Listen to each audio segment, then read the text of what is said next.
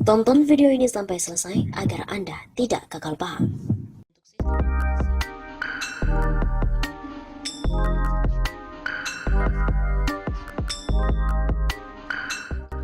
Sobat 651 Sapa, kembali lagi bersama dengan kami untuk mengulas fakta-fakta perpolitikan dan juga informasi terkini di tanah air. Fenomena Anies Baswedan merisaukan Prabowo, Megawati sampai dengan Ganjar. Dalam konteks pemilihan Presiden 2024, Anies Baswedan adalah tokoh fenomenal Indonesia saat ini. Meskipun bukan kader partai politik, popularitas, elektabilitas, dan juga akseptabilitasnya pun terus menanjak seiring perjalanan waktu. Fenomena ini membuat potensi calon lawan-lawannya pun risau. Pasalnya, ketokohan Anies dibesarkan oleh karakter dan karya-karya besarnya selama memimpin DKI Jakarta yang belum lagi 5 tahun. Bukan pencitraan yang senang digemari para pemimpin formal di Indonesia saat ini. Orang seperti ini sulit dihadapi dengan negatif campaign, apalagi dengan black campaign. Lihat, kendati sejak hari pertama menduduki balai kota, para pembencinya sudah melancarkan serangan terhadapnya dengan berbagai fitnah. Ia pun tidak pudar. Yang terjadi justru sebaliknya. Tidak heran beberapa parpol telah memberikan isyarat kuat bahwa mereka sedang mempertimbangkan dengan serius untuk mencapreskannya pada Pilpres mendatang. Dinamika politik nasional dalam konteks Pilpres di mana Anies menjadi salah satu bakal calon yang sangat kuat, bahkan berpotensi paling besar untuk memenangkan kontestasi, dan inilah yang kiranya membuat Prabowo, Megawati dan juga Ganjar sulit tidur. Fakta bahwa ketiganya membisu belakangan ini membuat fenomena Anies telah mendisrupsi harapan dan juga kalkulasi politik mereka. Anies melahirkan realitas politik baru yang memaksa mereka harus berhitung ulang atas paradigma yang mereka pegang selama ini.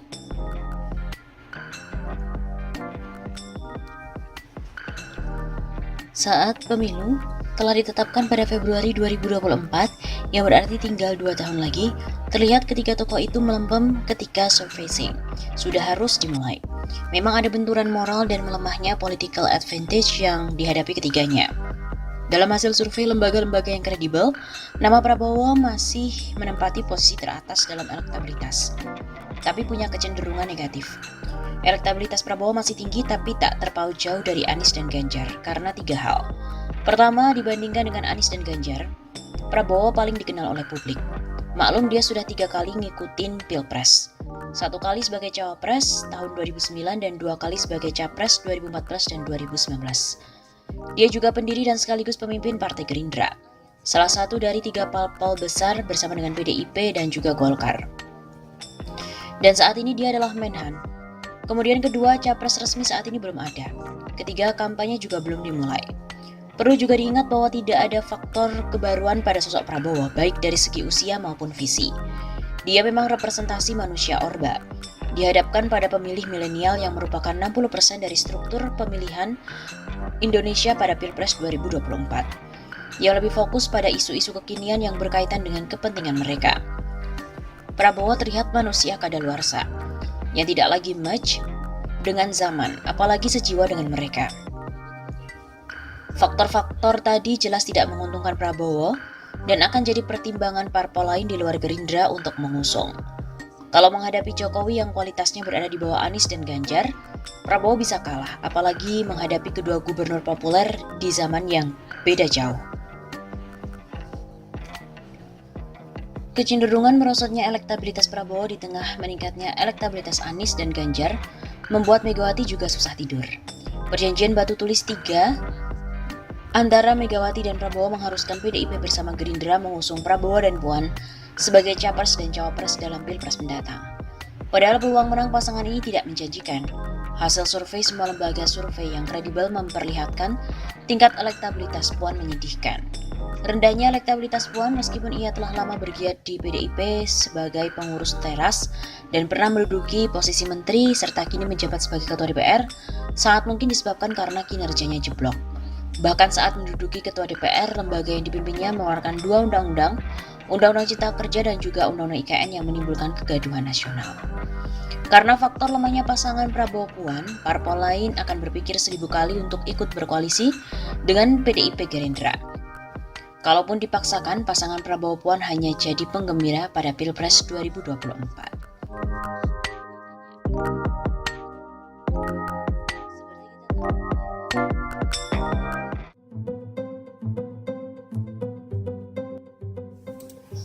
Jejak Anies pun menguat menuju presiden pilihan rakyat.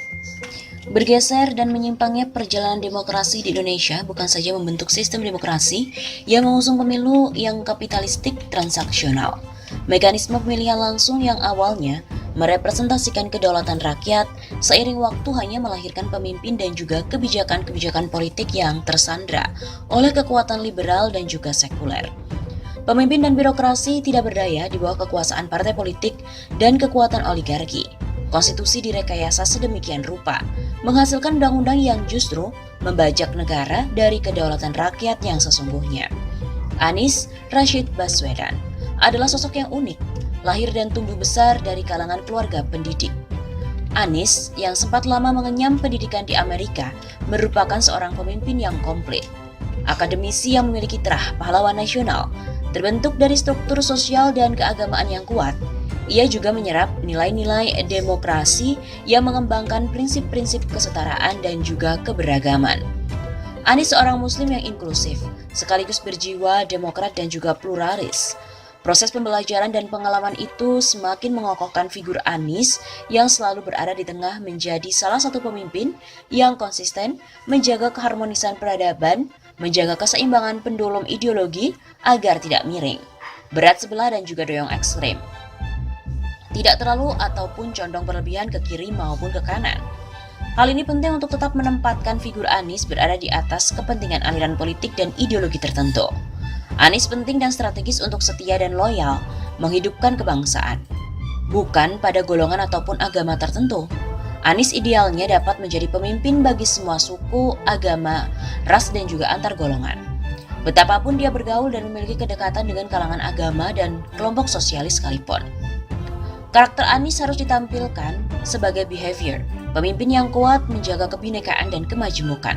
Lebih dari sekadar menjunjung nasionalisme, pikiran, ucapan, dan juga tindakan seorang Anies yang kuat literasinya itu layak dan mampu mewujudkan pada pengejawantahan nilai Pancasila. Keseharian Anies harus terus dibaluti oleh sikap dan langkah-langkah konkret yang membuat rakyat merasa bermakna. Lebih dari itu, Anies yang menggemari sejarah hendaknya selalu dapat hadir memenuhi kebutuhan warga negara terhadap kesadaran dan juga perlindungan konstitusi serta aparatur penyelenggara negara.